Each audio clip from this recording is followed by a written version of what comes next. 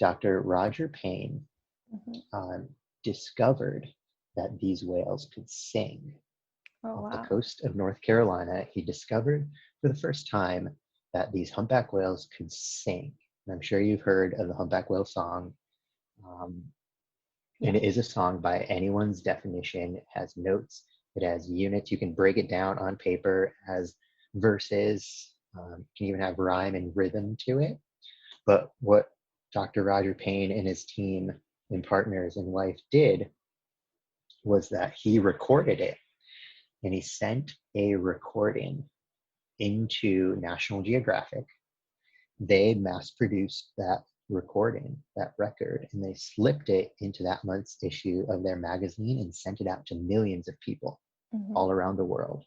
And once the general public realized that there was another species on this planet that could compose these symphonies using the same techniques as Mozart did, or Beethoven, or Bach, for lack of a better term, their minds were blown. Mm-hmm. And in my opinion, it's really what ignited the whole Save the Whales campaign.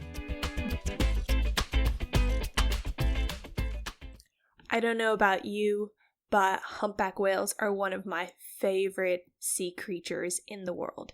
Diving with them, seeing the connection and the intelligence in their eyes was breathtaking, honestly. And this episode is talking all about humpback whales, the conservation success story, and the film project Kohola, which focuses on capturing the beauty and magnificence of these creatures. Today I'm joined by Chris, and we chat about all things how whales have actually been hunted to almost extinction and why they are one of conservationists' biggest achievement in the past several decades. Absolutely adore this episode, and thank you so much for allowing me to chat to these incredible and inspirational people. I hope you find this as inspiring as I did and gets you pumped to get into the water and meet some humpback whales. I know I'll be heading over to Hawaii as soon as I can, as soon as all these restrictions lift. I hope you guys are doing okay in this crazy time. I don't even know when this is gonna come out, but the world has gone crazy in 2020. So let's just try and keep it positive and light and focus on the oceans. And yeah, if there's anyone you'd like to hear me interview, please send me an email on oceanpancakepodcast@gmail.com or check out the website oceanpancake.com or join the amazing community of people. We're almost at 1,000 on YouTube. On Facebook. Almost at 1,000 people on the Ocean Pancake group. So head on over there, meet like-minded people, chat about all things conservation, look at photos, share your photos. I would love to hear from you guys. Yeah, let's get into it. Every day there's a new news story about the crisis facing our ocean, whether it's the plastic issue, overfishing, pollution. If the oceans die, we die. Fortunately, we have plenty of environmental activists, marine conservationists, and eco-warriors who are out there every day fighting to protect our oceans and our Earth. On the Ocean Pancake podcast, we're going to be hearing from some of them about how to decrease our environmental footprint, go plastic-free, participate in ocean conservation, cleanups, and even maybe some marine science. So, welcome to the Ocean Pancake podcast, where the goal is sustainability and living a turquoise life. My name is Kat Andriskova, and I'm your host today. Let's get into this week's episode.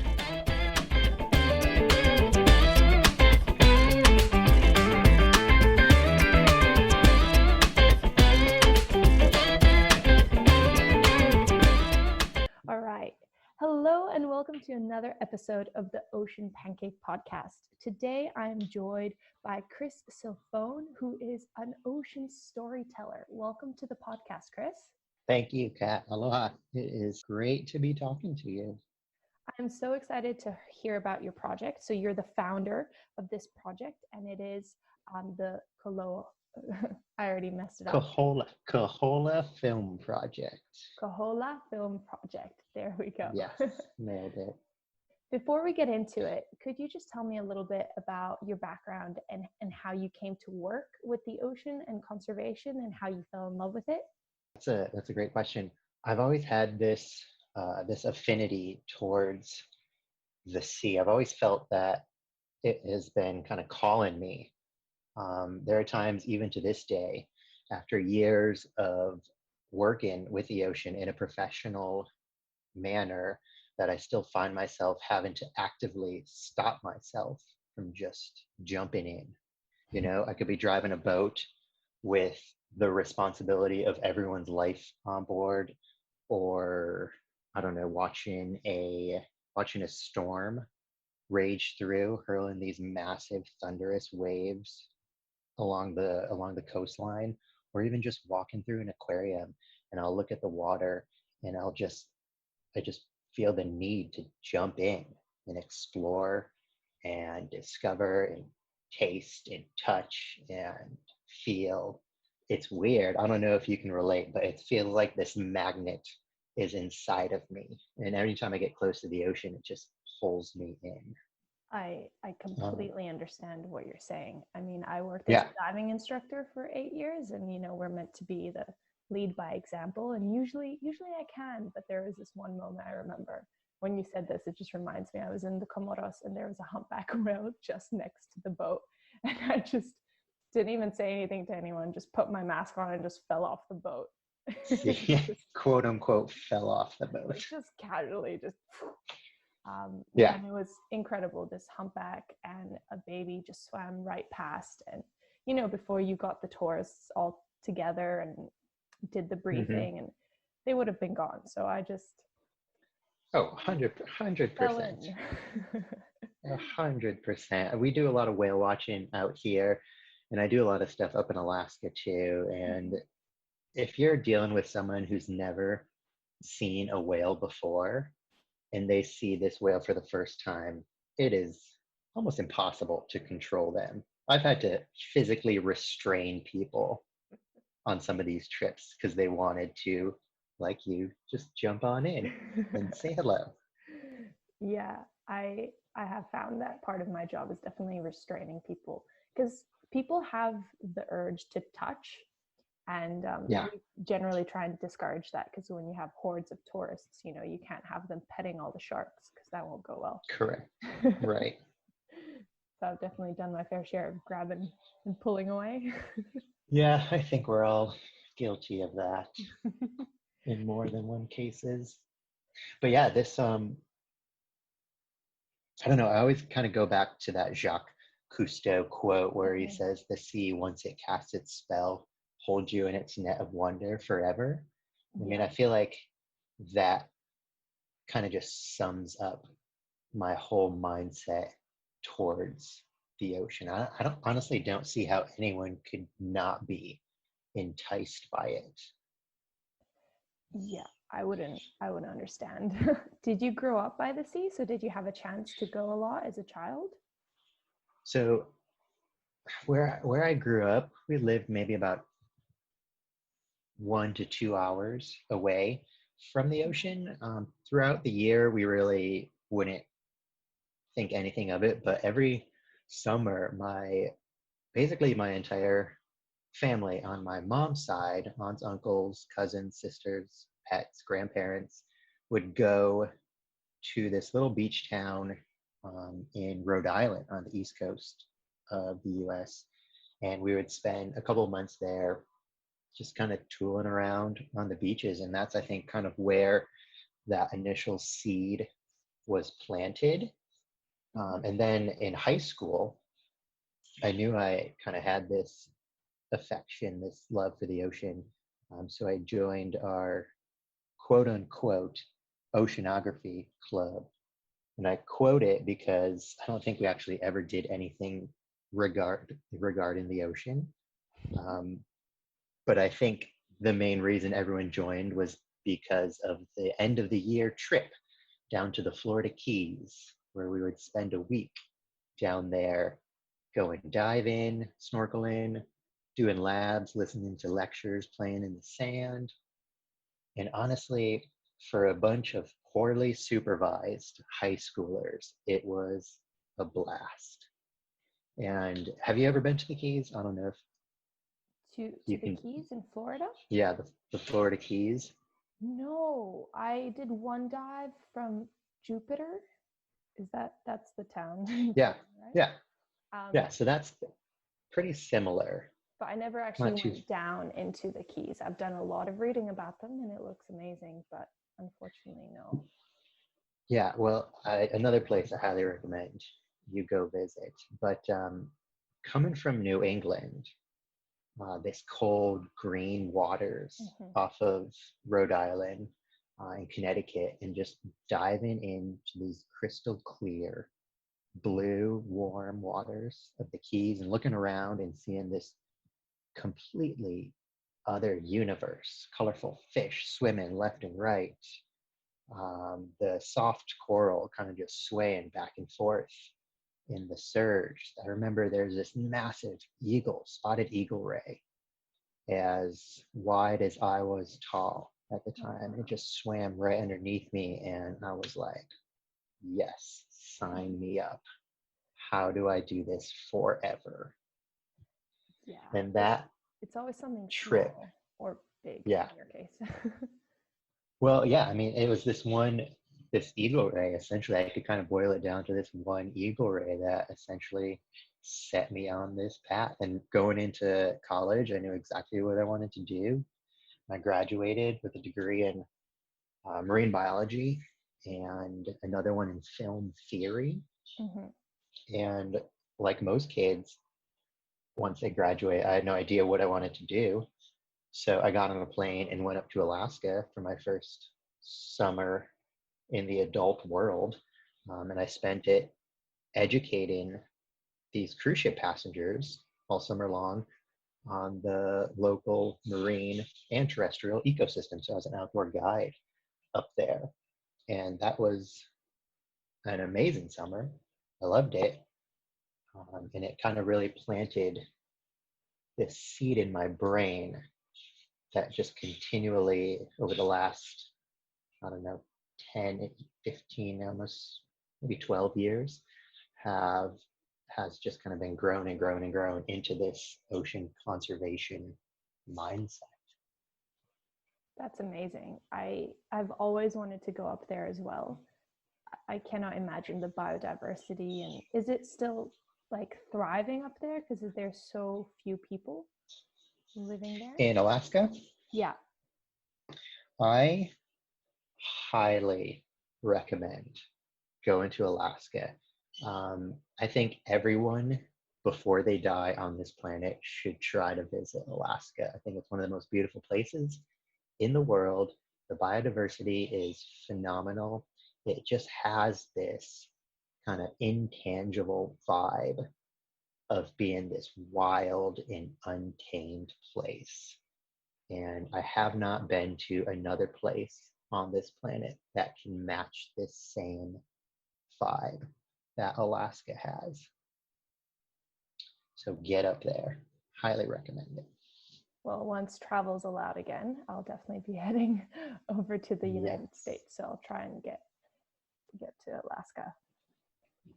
So after, your introduction to the adult world and dipping your toe in conservation, what was the journey like to now starting this project, and what kind of inspired you to do that?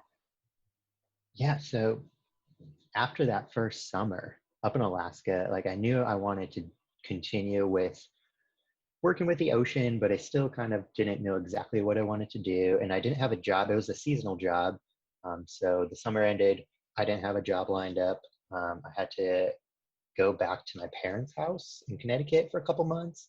And during that time, I sent out, I don't even know, countless job applications and resumes. And I finally heard back from this one place, this marine science camp in the Florida Keys. Mm-hmm. And I'm sitting there, I'm sitting thinking to myself, well, isn't this fate? I could potentially work down in the same place that ignited this whole passion of mine. So I had the interview, got hired, and about a month after, I was on a plane down to the Keys to work at this science camp as this marine science instructor. And it was phenomenal. We were a bunch of kids right out of college, living in the Florida Keys with access to a bunch of boats in one of the most productive marine ecosystems in the United States. We had free room and board. We were a 30-ish minute drive to Key West, where every other building is a bar, most of which had a dance floor. I mean, we thought we could change the world. We thought we were invincible. To this day, I still think about it a lot, regardless of all the negatives that may or may not have been involved in working there. That still was the most fun job that I ever had and probably will ever have. I mean, it was like we were brothers and sisters in arms trying to make a difference by educating these kids from all over the world about the ocean. And I think it was my second year there where the camp had this thing called this International Week, where kids from hundreds of high schoolers from all over the globe came to this camp. And it was almost like this mini summit where these kids, once they got there, they broke into, I can't remember, 5 or 7 groups, and each group was assigned a certain issue relating to the ocean, and they each were tasked trying to come up with ideas of how to solve it. And it was just really incredible to see these high schoolers come up with these ideas, work together, kind of bridge these language barriers, these cultural barriers, because they're all coming from different areas. And it was definitely inspiring. But during that week, I was tasked to write and give the closing keynote, this speech that kind of wrapped everything up, sent these kids on their way, kind of on this high of the last week of ocean conservation. And I think while I was drafting that speech, that's kind of what brought ocean conservation into my main focus. And so I gave this keynote, and I ended it with this mantra for the kids to take home with them. And I told them to continue to go green, but always remember to be blue. And that basically has been the driving force ever since. I think that was in 2012. And then my contract at this camp ended. I moved out here to Hawaii to work with the whales. And just over the last 8 or so years since I've been here, the story of the humpback whale has been so influential in my life that I just kind of had to share it and had to tell it. And that's essentially how the Kohola Film Project came to be. That's beautiful. I actually saw your little signature, which was go green, but always remember to be blue. And yeah, it's funny because in the Ocean Pancake intro, what I kind of said is to live a turquoise life, and that's kind of the same sentiment, which is stick with the green, but also add a little bit of blue, because our oceans really is the biggest thing we need to focus on. And I feel it just gets kind of lost in the whole going green movement. Everyone's like, yeah, save the trees, but I don't know where along the lines people came up with this idea how the trees, don't get me wrong, they're very important, but they produce pretty much all of the oxygen that we breathe. I don't know where that falsity came from, because it's actually the ocean. Yeah, and the kelp forests and the seagrass beds and all of these things which are so under threat. I completely understand what you're saying. In terms of the threats facing our ocean, what in your perspective is the biggest one? Is it just that lack of information surrounding the focus, considering, as you said, most people are focusing on the trees and the forests? I think it's a good question. The biggest threat to the ocean right now, I think,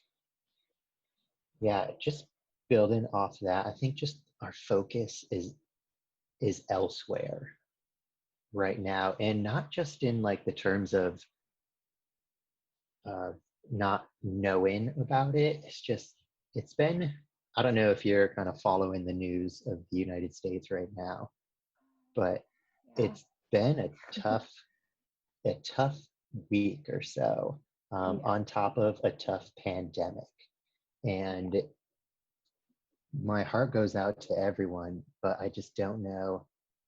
Like, I've been racking my brain, and I've been talking to other friends in the marine conservation fields, like how, when all of these other huge important issues are more in front of people's faces Mm-hmm.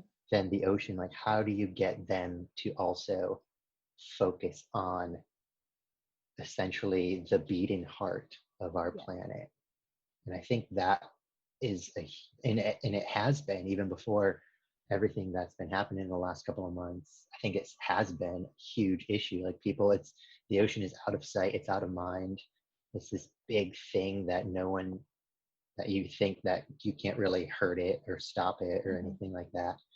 And I think that in itself is the main issue that has to somehow be overcome.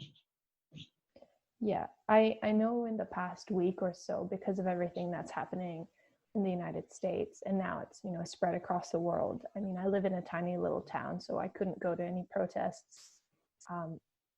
But I felt almost guilty to Yeah. continue doing the work I'm doing, to continue putting a focus on the ocean and on World Ocean Day, which was yesterday, 8th of June. Oh, I totally forgot. It's World Ocean Day right now, where I am still. All right, time difference. Yes, thank you, time. But anyways, yeah.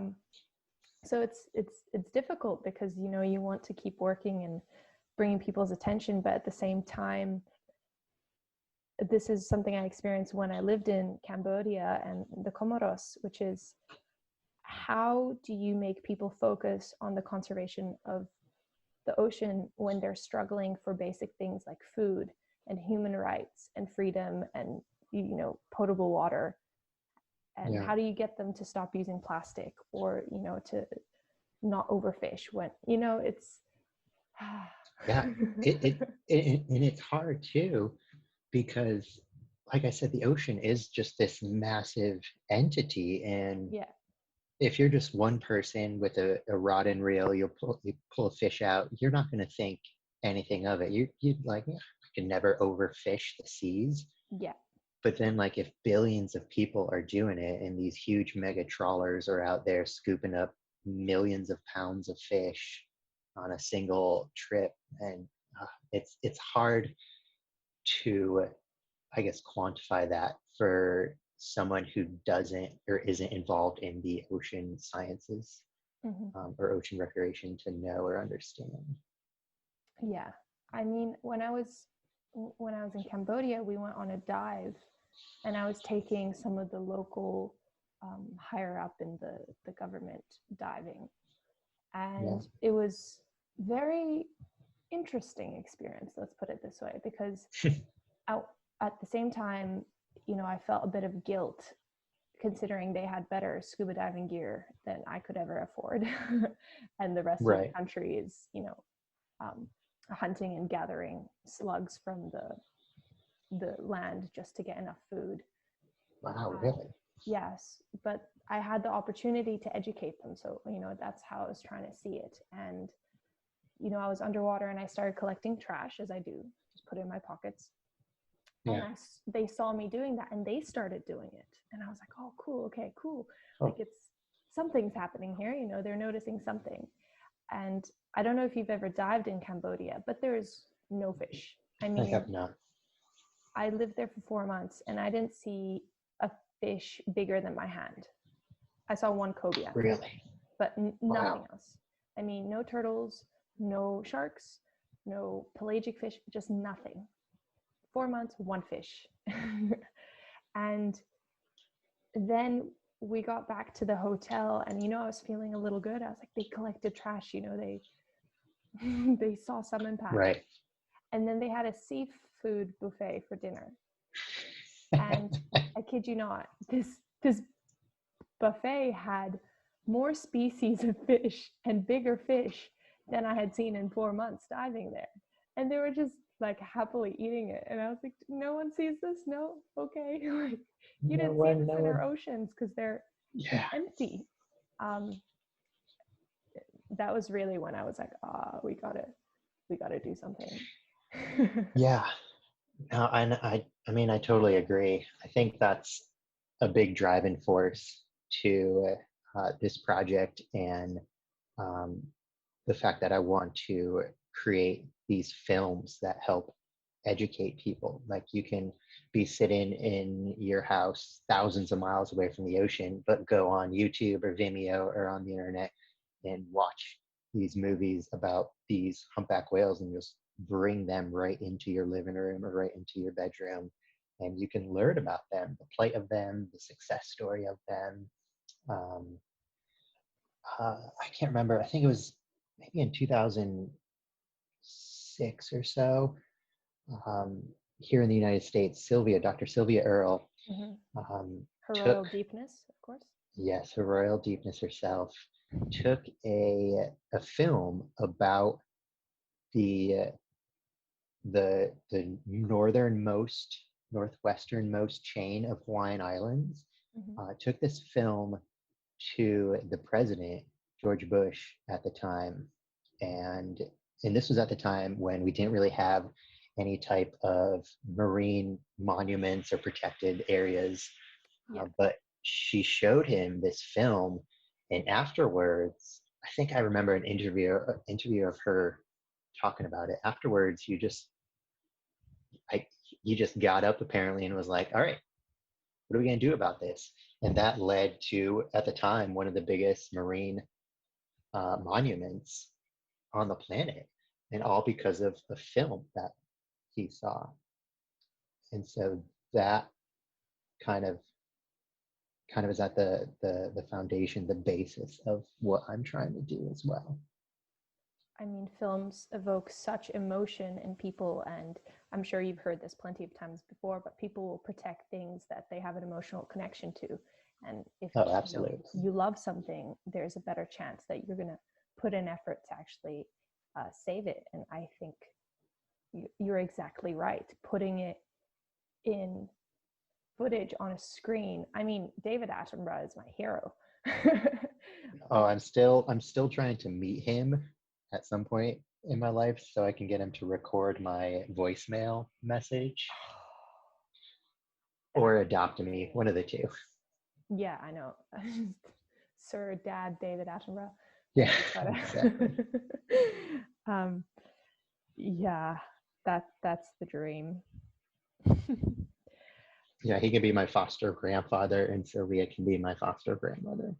Basically, they are truly the heroes of the conservation world, amongst the many other incredible people, of course, that are. Oh yeah. So you want to film humpbacks, and one of the things you and Drew said, who's your photographer, a videographer of the movie, is to film the birth of a humpback whale, because that's never been captured on film. So why was that the precise mission, apart from it never being done before? Yeah, I mean, okay, so to preference everything, this past season, so I think it was in either late February, early March, a number of whale watching boats out here, they saw and filmed for the first time a quote unquote partial birth. So it was very exciting. It kind of confirmed a lot of the theories we have. One of my good friends, Emma, was one of the naturalists on one of the boats, and she sent me her footage, and it's phenomenal. But you can kind of see the mom, you can see the calf's tail coming out of the mother's vaginal slit. It is something that has never been documented before, and it was super incredible. And phenomenal. But the problem was no one was able to stay with the whales long enough to see it to completion. So there's still a lot of questions that have gone unanswered, and actually more questions have arose from this event. But essentially, what has happened over the last 8 years, I've been working down here and up in Alaska with these humpbacks, the North Pacific stock, and taking people out on whale watches and educating them. And honestly, I would get asked questions all the time, and I know I'd have to answer with an I don't know.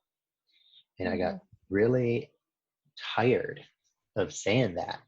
And it's not for lack of my own research and knowledge, but it's just for lack of no one knows the questions that these tourists were asking me at the time.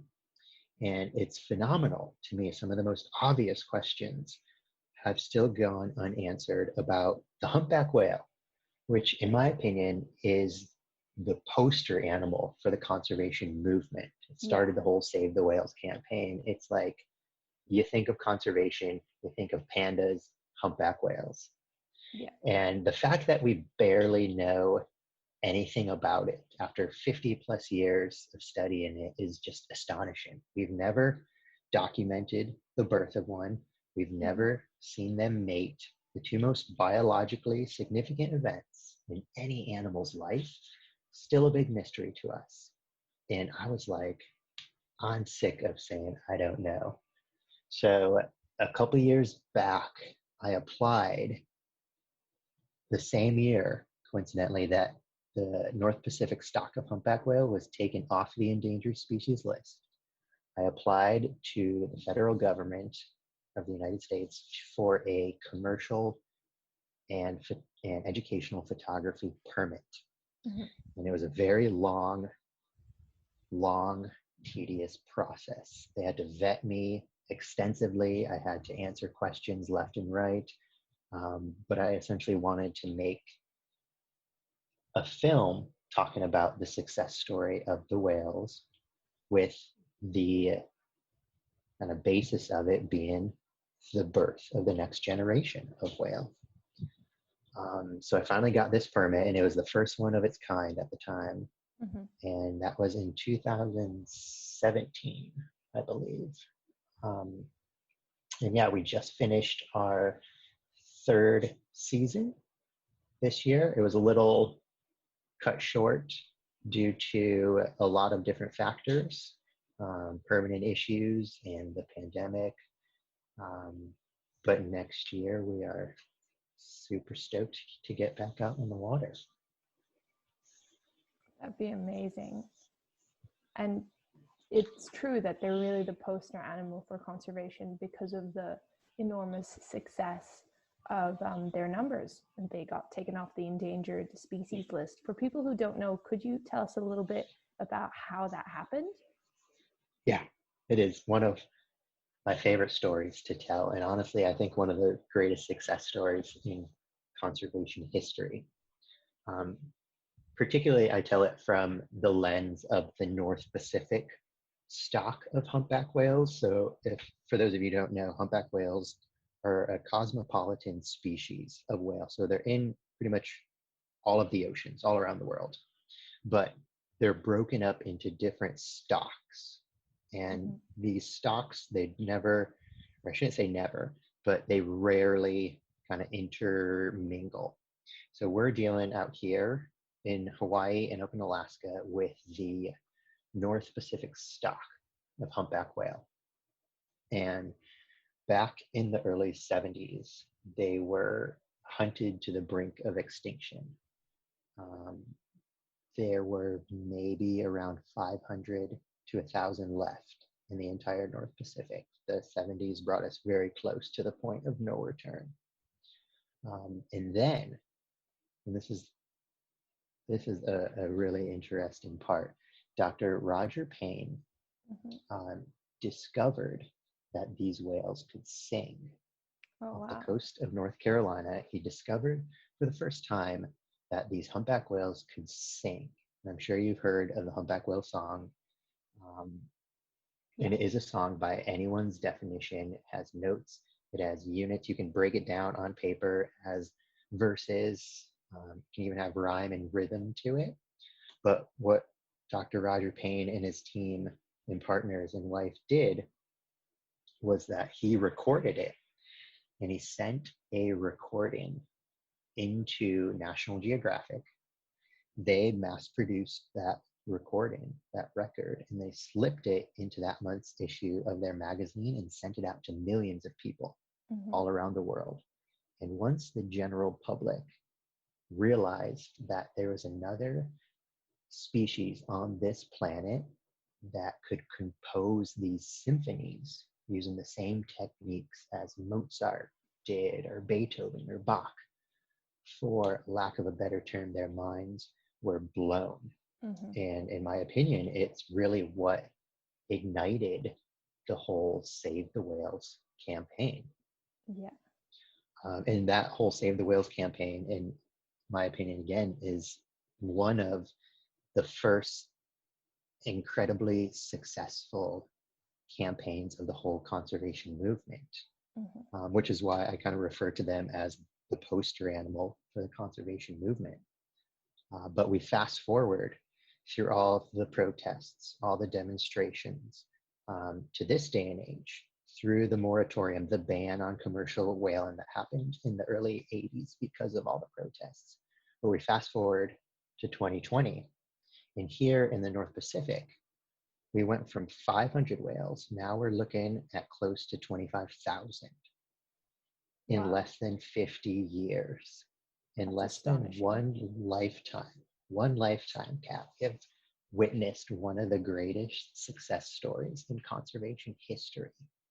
And that is essentially the foundation of the films that we're trying to produce. This incredible story of success and perseverance from a species that had its own voice, that had to be helped by another species that essentially brought these whales into the darkness. We essentially hunted them to the brink of extinction. Then we realized our wrongdoing, and we banded together as a global population. And now pretty much all the populations, all of the stocks of humpbacks around the world are and have been steadily on the rise. And like I mentioned, back in 2017, the North Pacific stock was taken off of the endangered species list, which is a huge win. It's phenomenal. That is absolutely incredible. Yeah, I don't know how you couldn't be inspired by something like that.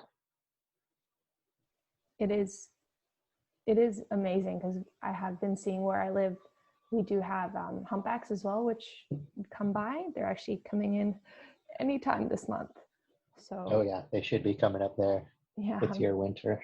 I'm so excited to be able to see them because they are one of the most, I don't know, when the first time I saw one, just its eye, it looked at me.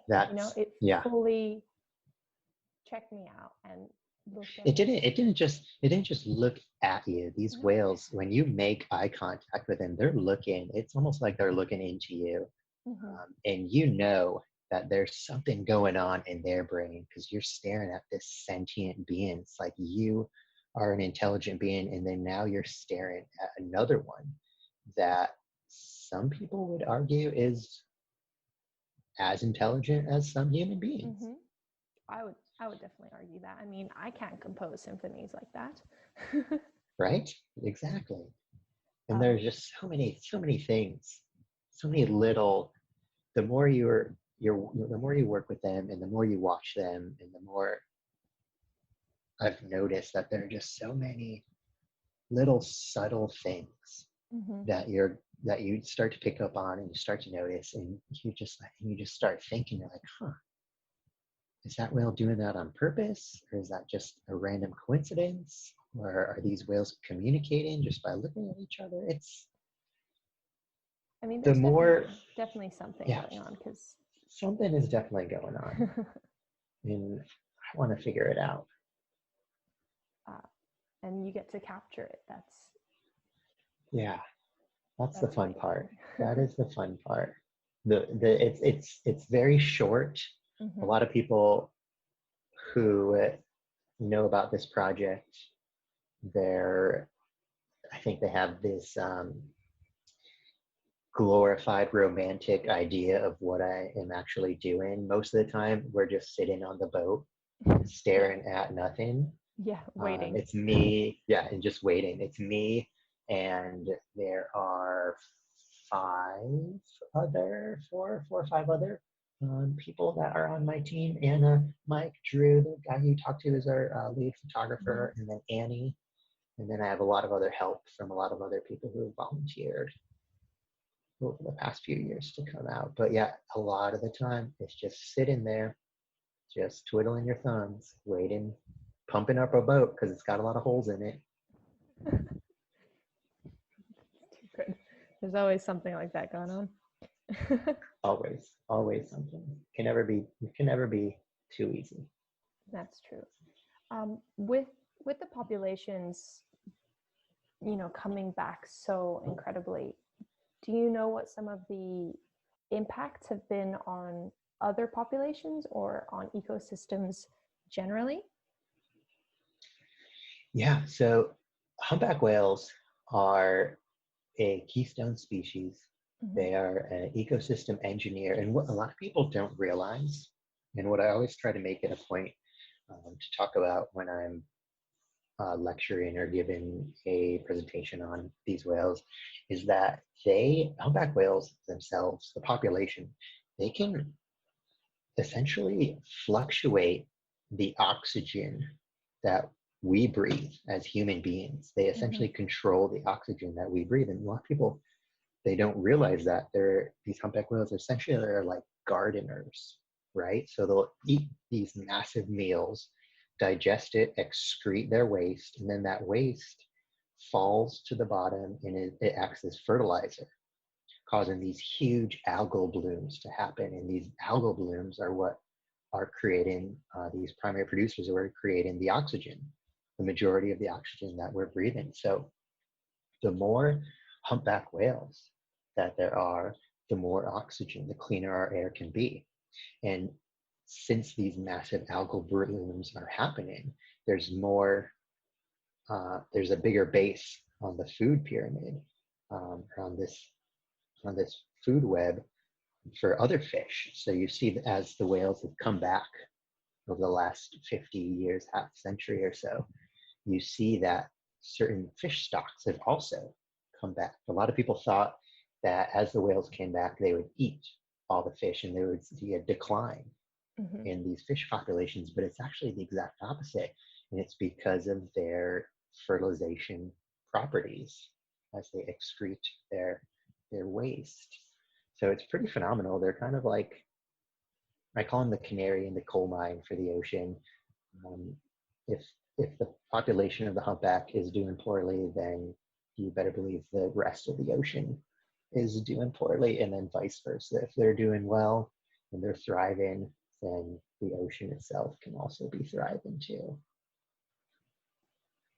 That's amazing. I think it's similar to sharks that are also keystone species. Yeah, Counterintuitively, the more sharks, the more fish, just because it keeps the exactly. whole ecosystem balanced. It keeps everything healthy. Yeah. So, do you know when this project is, going to get us to see more footage of humpback whales, or is everything kind of on pause due to the world? The world being on pause. Yeah, I don't know what's happening out there. Yeah.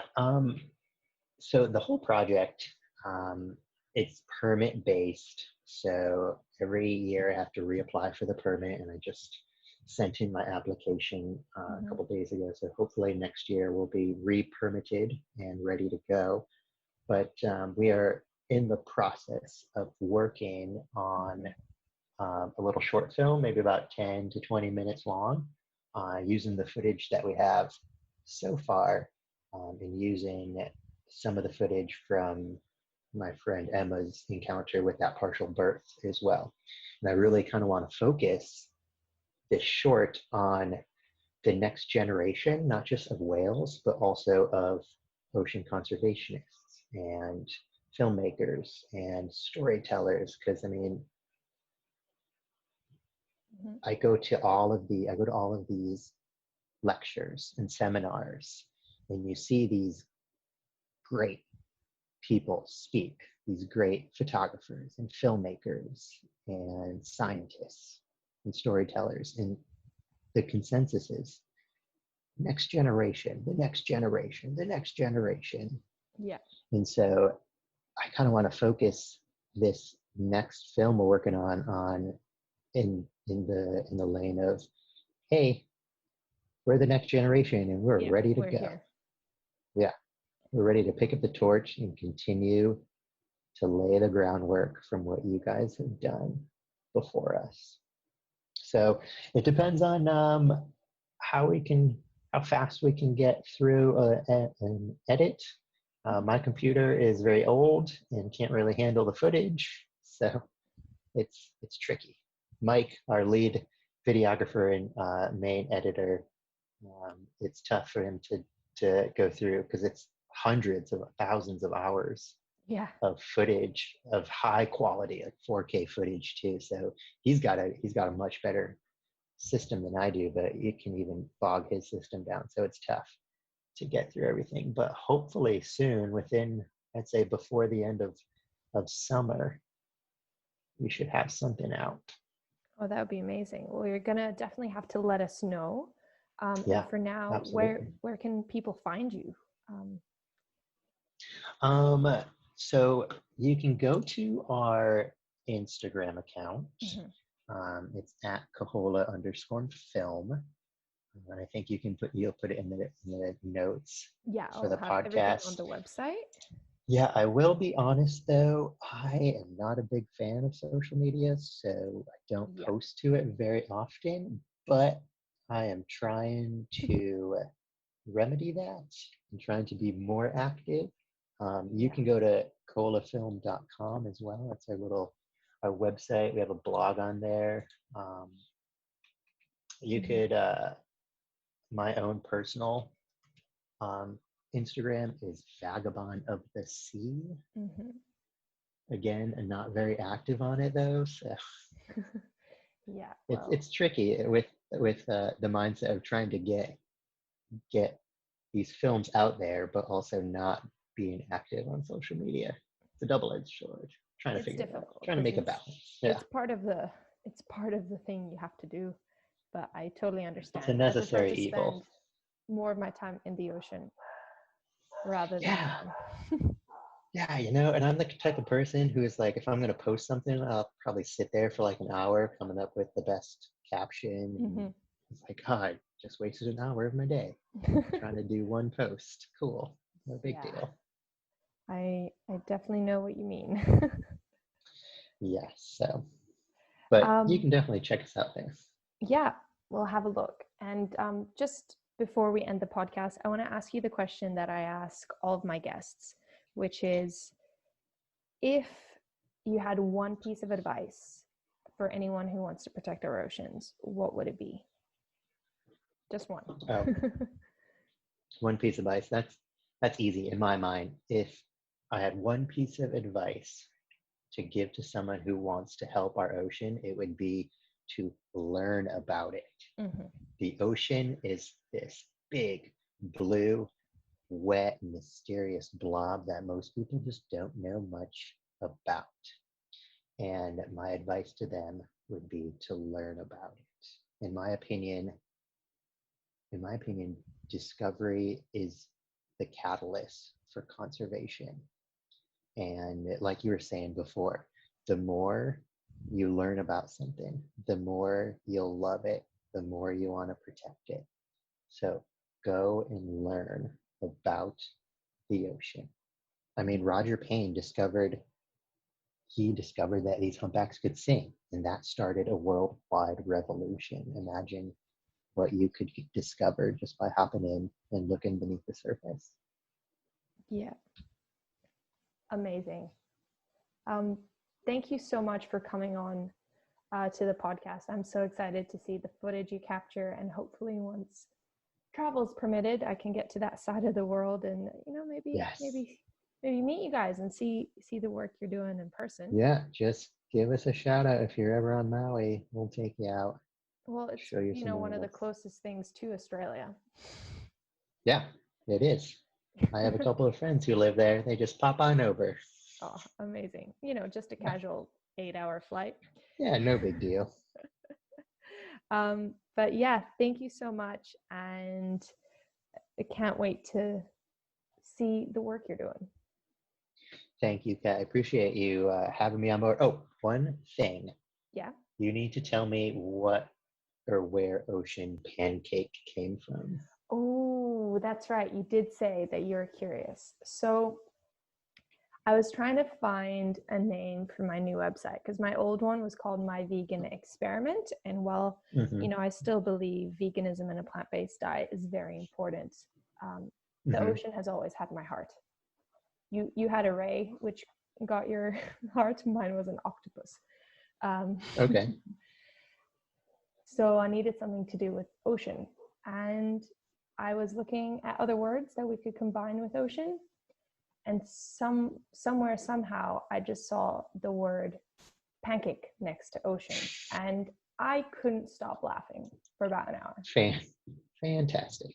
And I thought it was the funniest thing in the world. I don't know why, but I felt if I had such a strong reaction to it, I got to keep it.